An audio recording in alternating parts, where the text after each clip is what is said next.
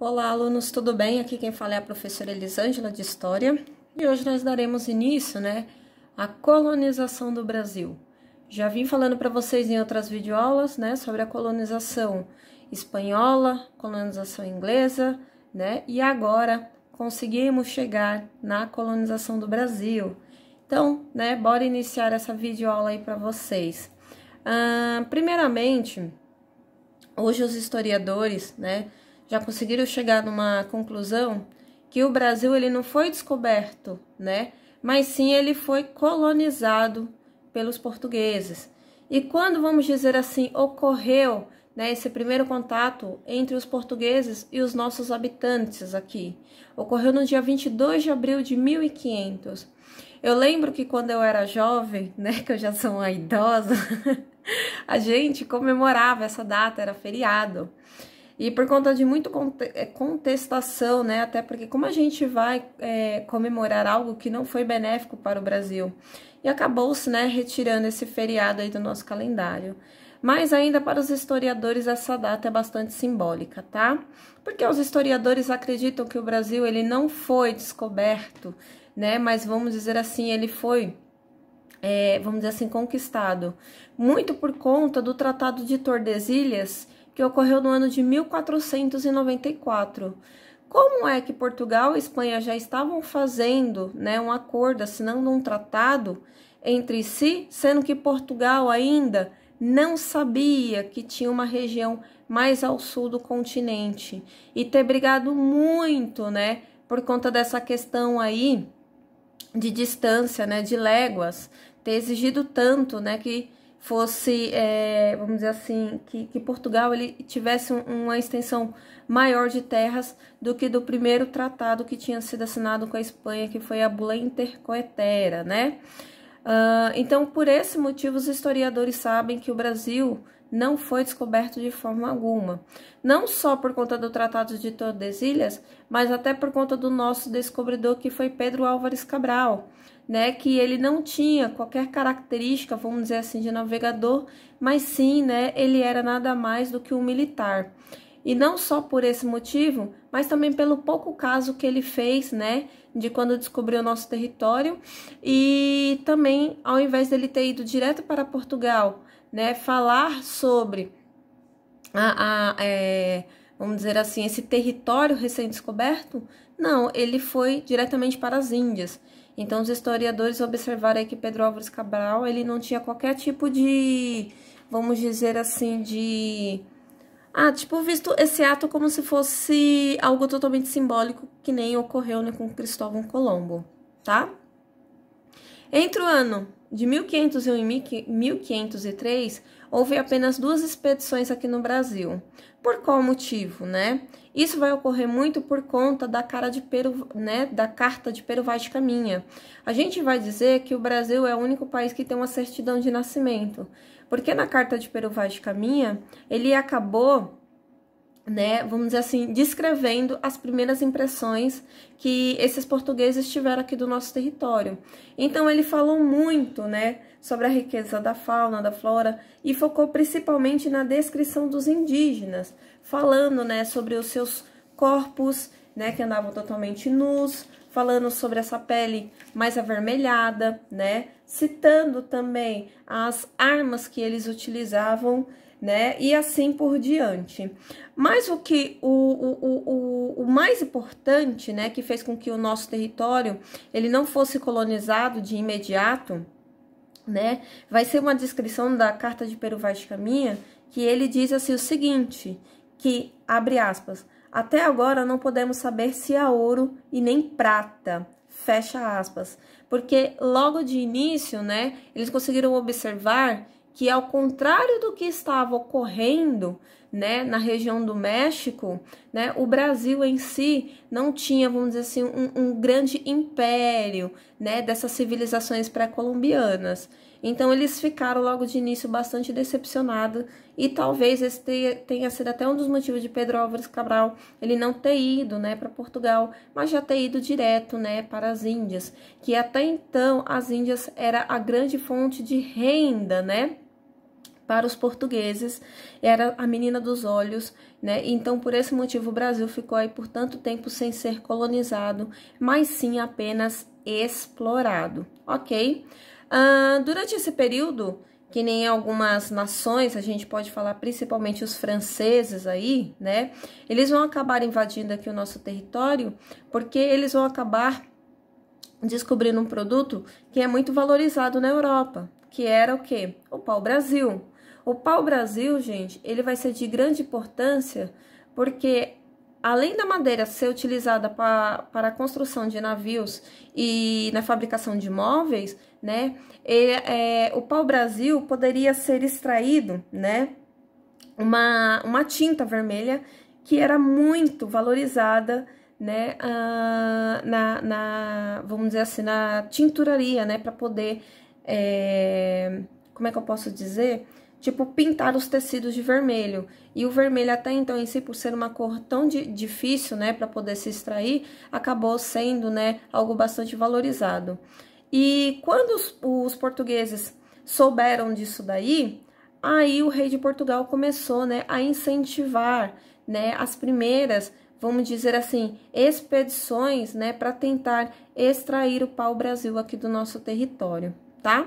Eu coloquei até essa charge aí para vocês, que eu achei bem interessante, que fala, né, sobre algo que a gente já vem estudando, né, desde o 6º ano, que é o escambo. De que forma esses portugueses, franceses, eles conseguiam, né, extrair essa madeira? Eles acabavam presenteando, tá, esses indígenas com bugigangas. E em troca, os indígenas, eles davam o pau-brasil. Mas temos que parar para pensar com a cabeça da época que, para esses indígenas, o que a gente considera como bugiganga, para eles era algo valoroso porque eles não tinham esse conhecimento, né?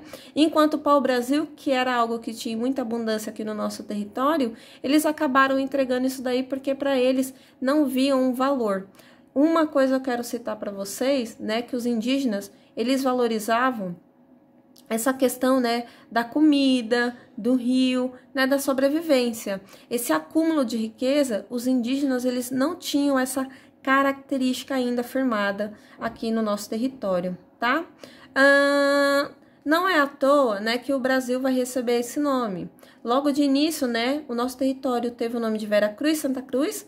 Alguns italianos até chegaram a chamar o nosso território de Terra dos Papagaios, mas por fim vai receber o nome de Brasil em homenagem a essa madeira que era muito abundante no nosso território, tá? Uma das primeiras construções que os portugueses vão fazer no nosso território vai ser as feitorias, tá? O que seriam essas feitorias?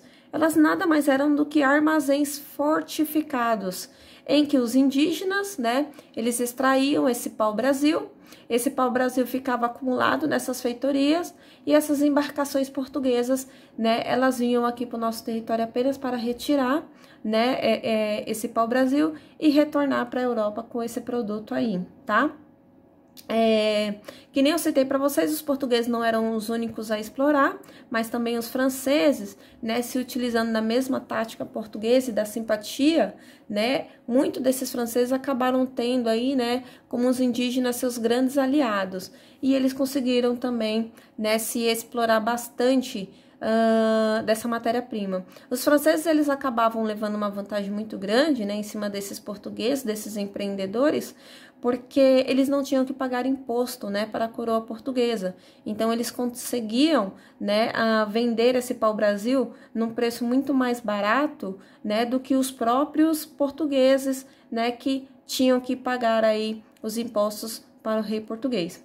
Por esse motivo, o rei de Portugal vai acabar criando duas expedições, né? A gente vai dizer que uma é exploradora e a outra é guarda-costeira.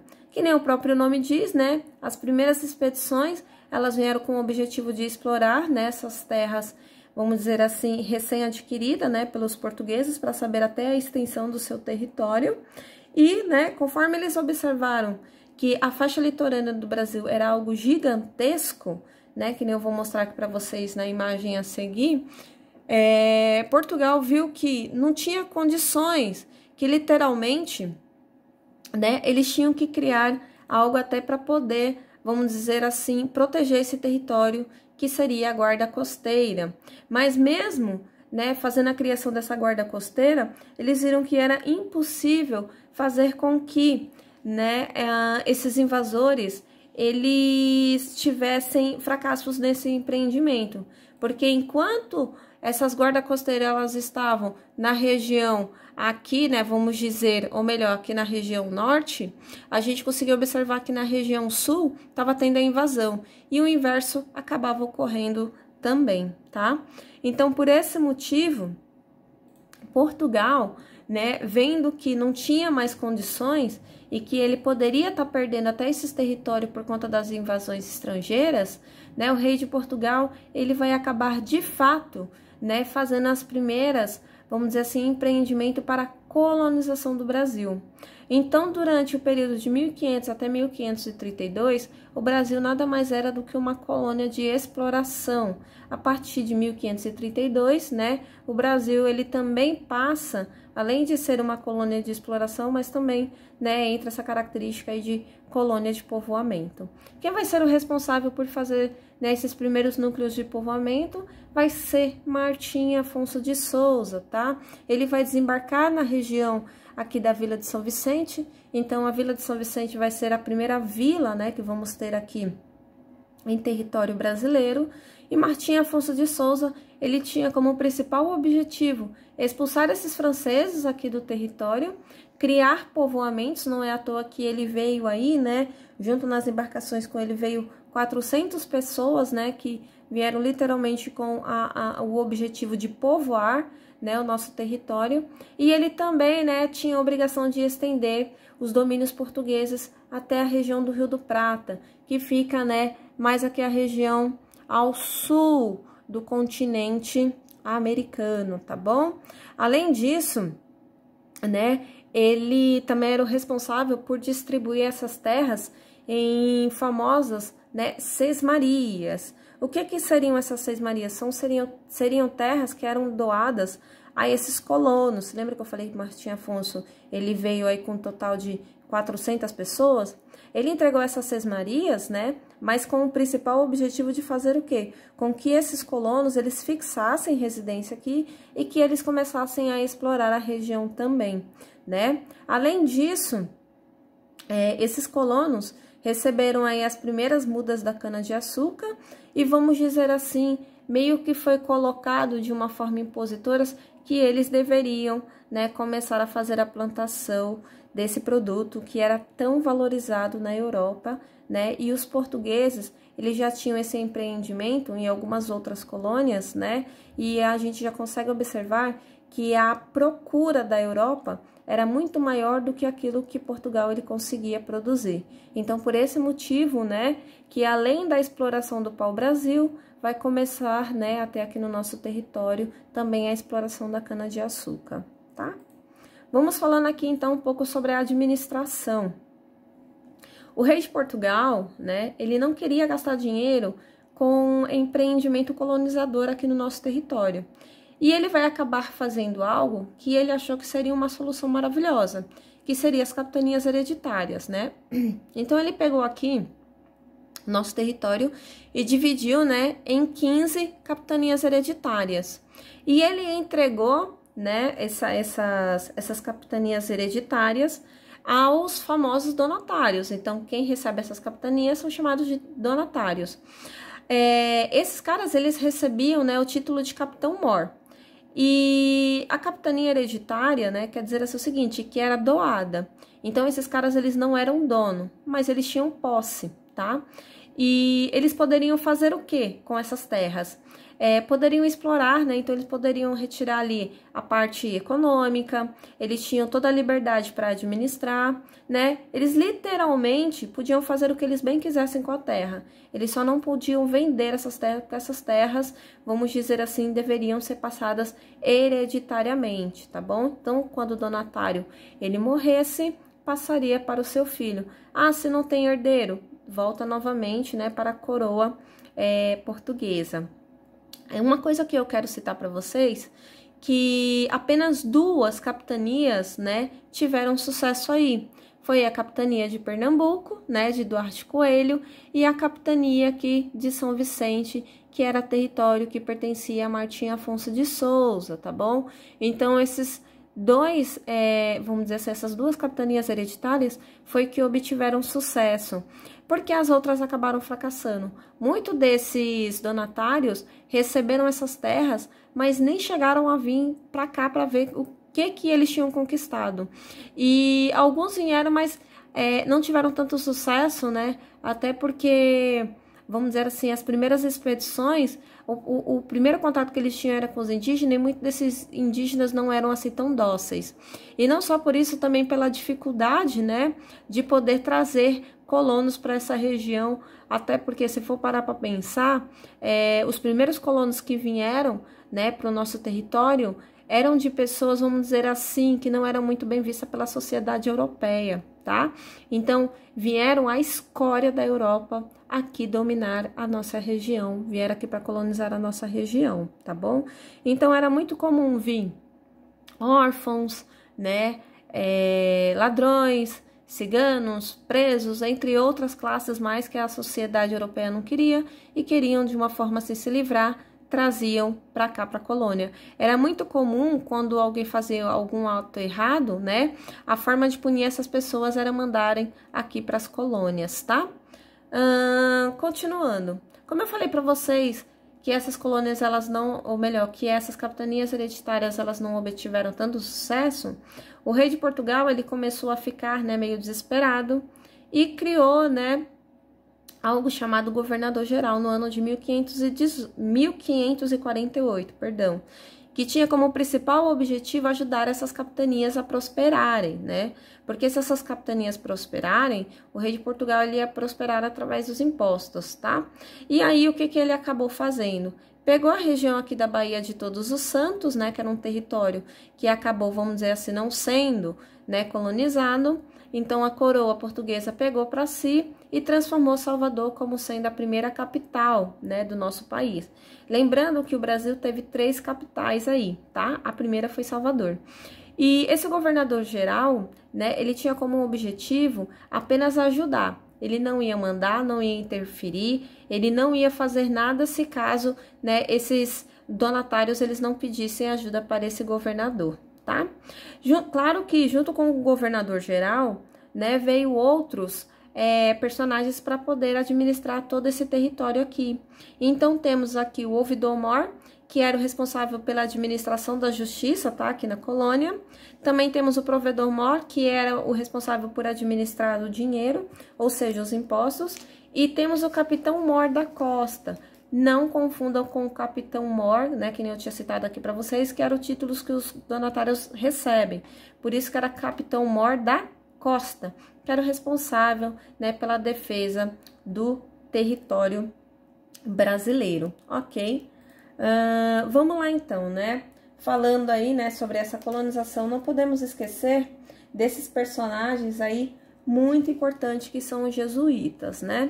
Porque os jesuítas, eles vão ser muito importantes. Só relembrando aí, né? No ano de 1534, né, esses jesuítas, eles foram criados pelo Ignácio de Loyola, que tinha como principal objetivo tentar, vamos dizer assim, fortalecer a Igreja Católica, né? Tentar reconquistar esses fiéis.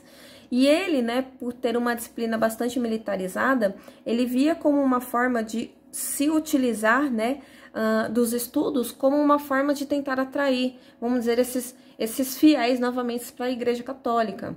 Não podemos esquecer, né, que por conta da reforma protestante, a Igreja Católica ela se viu bastante enfraquecida. E com essas novas expedições, né, a esse continente recém-descoberto, a Igreja ela viu como uma forma de tentar se fortalecer, tá bom? Então, os primeiros, né, jesuítas que acabaram vindo para o nosso território foi o Padre Manuel de Nóbrega e o Padre José de Anchieta, né, que eles vieram com o principal objetivo, né, de fundarem colégios para poder, vamos dizer assim, ensinar e catequizar, né, os filhos desses colonos portugueses e também os próprios indígenas. Que nem eu coloquei aqui para vocês, muitas cidades surgiram através desses colégios e eu peguei essa imagem aqui bastante simbólica, que nesse caso seria o pátio do colégio, né, aqui em São Paulo, na região da Sé. Então, a cidade de São Paulo, ela surgiu através, né, dessas e escolas jesuíticas, tá bom? Os jesuítas, eles eram totalmente contra a escravidão indígena, né? Porque, vamos dizer assim, os indígenas brasileiros, eles não tinham, vamos dizer assim, essa noção de religiosidade que nem, né, a gente vai dizer, os africanos já tinham. Então, esses jesuítas, eles viam aquela forma de ver esses indígenas, né, como novos fiéis para a igreja. E eles vão acabar interferindo muito, né, nessa questão aí de escravidão. Então, grande parte desses indígenas acabaram não sendo escravos por esses primeiros colonos aí, tá? Principalmente porque quando eles cristianizavam, então esses caras eram considerados cristãos, né? E pela Bíblia não poderia ser escravizados, porque também eles não passavam nada mais, né, do que ser súditos também da coroa portuguesa. Por qual motivo os jesuítas, né, eles acabaram aceitando a escravização negra, a escravização africana? Primeiramente, né, porque esses escravos, eles já tinham uma própria religião, né, que eram as religiões tribais, e além disso, né, eles também viam que era uma forma de tentar proteger esses colonos que tinham aqui no nosso continente americano, que eles acreditavam, vamos dizer assim, ser muito mais dóceis do que esses africanos. E não só por isso, mas lá no próprio continente africano, por já ter, né, esse comércio de escravização aí, já ser uma prática muito antiga, já havia uma coisa, vamos dizer assim, até totalmente aceitável, né, não só pela sociedade africana, mas também pela própria sociedade europeia, tá? Esses jesuítas, eles vão acabar sendo expulsos, né, do domínio dos portugueses no ano de 1759 pelo Marquês de Pombal, tá? Marquês de Pombal, ele acreditava que esses jesuítas, eles queriam fazer um estado dentro do estado, até porque, vamos dizer assim, Marquês de Pombal já estava cansado de tanta interferência, né, desses jesuítas, principalmente, né, em questão vamos dizer assim, de referência ao indígena, porque a gente começa a observar que vai ter um desbravamento, né, do território brasileiro, e muitos desses indígenas que até então não eram cristianizados, né, queriam escravizar esses indígenas, e os jesuítas meio que tentavam barrar essa forma aí, né. Então, por esse motivo, os jesuítas, eles foram expulsos do território brasileiro, tá? Que nem eu citei para vocês, a gente falou sobre os escravos, né? Os portugueses, eles entraram nesse comércio a partir do século XV, né? Porque lá na África era muito comum, né, ter essas brigas tribais. E ao invés de você matar os seus inimigos, não, você prendia e você vendia aqueles inimigos como escravos, tá? Que nem eu falei para vocês, muitos desses colonos tentaram escravizar esses indígenas, mas não obtiveram sucesso. Mas é principalmente porque o índio, né, a gente vai dizer o homem indígena, ele não tinha essa característica de trabalhar na agricultura. Era uma coisa muito mais voltada para a mulher. Não só por isso, né, muitos desses indígenas, por conhecerem o território brasileiro, começaram a se esconder ao interior do nosso país. Então, ficava muito difícil você ficar correndo atrás, né, desses escravos. Ou melhor, desses indígenas escravos. E não só por isso, ficava muito mais fácil, muito mais barato você já fazer esse comércio do escravo africano, até porque já era algo totalmente comum, né, não só na África, mas também no continente europeu. Então, por esse motivo, né, acabou-se aderindo ao território, né, a utilização da mão de obra escrava. Por que não se utilizaram de mão de obra assalariada? Pelo simples motivo, né? Se vocês observarem aqui o mapa, o Brasil tinha uma vasta extensão de terra e ficaria impossível você, vamos dizer assim, pagar os salários de todos esses trabalhadores. E não só por isso, eles também acreditavam que grande parte desses trabalhadores assalariados poderiam conquistar, né, vamos dizer assim, através da via de trabalho, conquistar seus territórios e eles acabarem sendo privados dessa mão de obra aí, tá? Então, por esse motivo, dentro, né, da sociedade Brasil colonial, tínhamos apenas duas camadas. Ou você estava no topo, que era o senhor do escravo, né? Ou você estava na base, que era o próprio escravo, tá? Então, apenas tinha essas duas classificações social.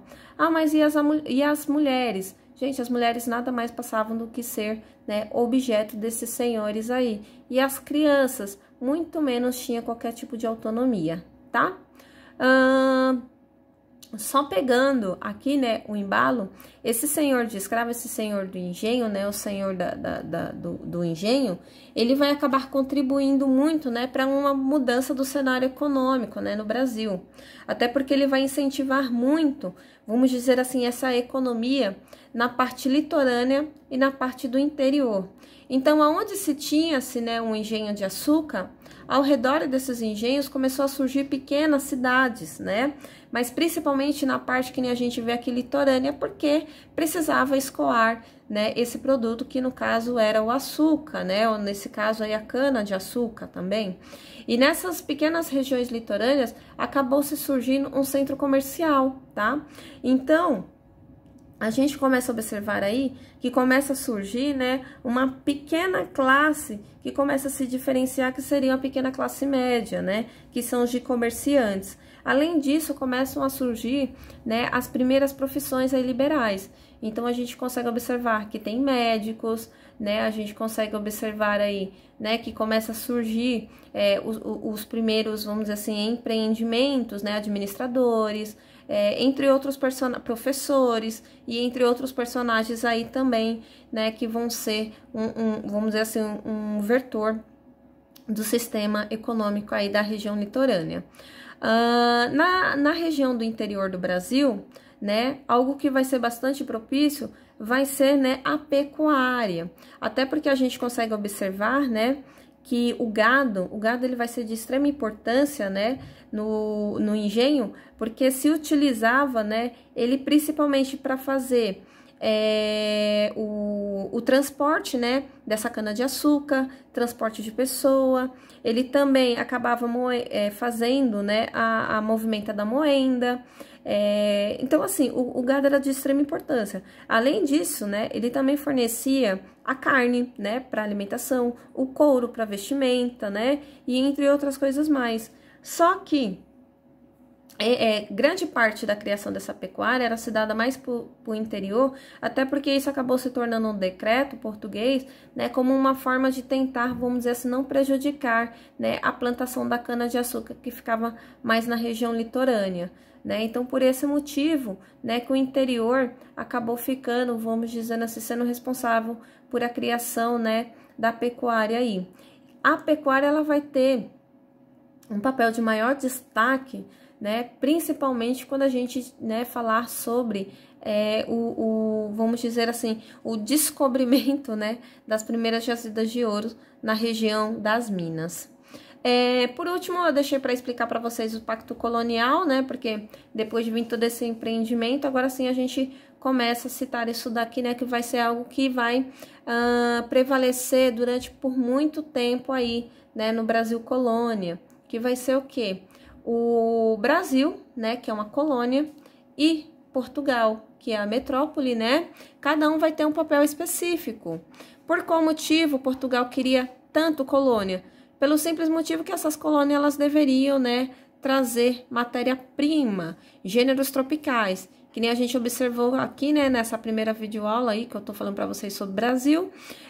Portugal, ele retirou aqui do nosso território o pau-brasil, né, e posteriormente a cana-de-açúcar, né. Em compensação, o que essa metrópole ela trazia, né, para a colônia? Os produtos manufaturados. Só para vocês terem uma ideia, né, depois a rainha, né, Maria I, que é chamada de Rainha Louca, ela vai acabar assinando um decreto dizendo que a colônia aqui não poderia ter qualquer tipo de manufaturados.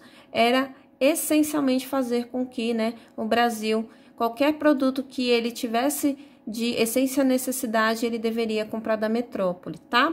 Então, a gente consegue observar aqui que tem um monopólio, né, em questão a metrópole e a colônia, porque a colônia ela não poderia vender os seus produtos para nenhum outro país, tá bom? Ele só poderia vender para a metrópole, mas a metrópole ela poderia vender seus produtos manufaturados para qualquer país que quisesse estar comprando, tá?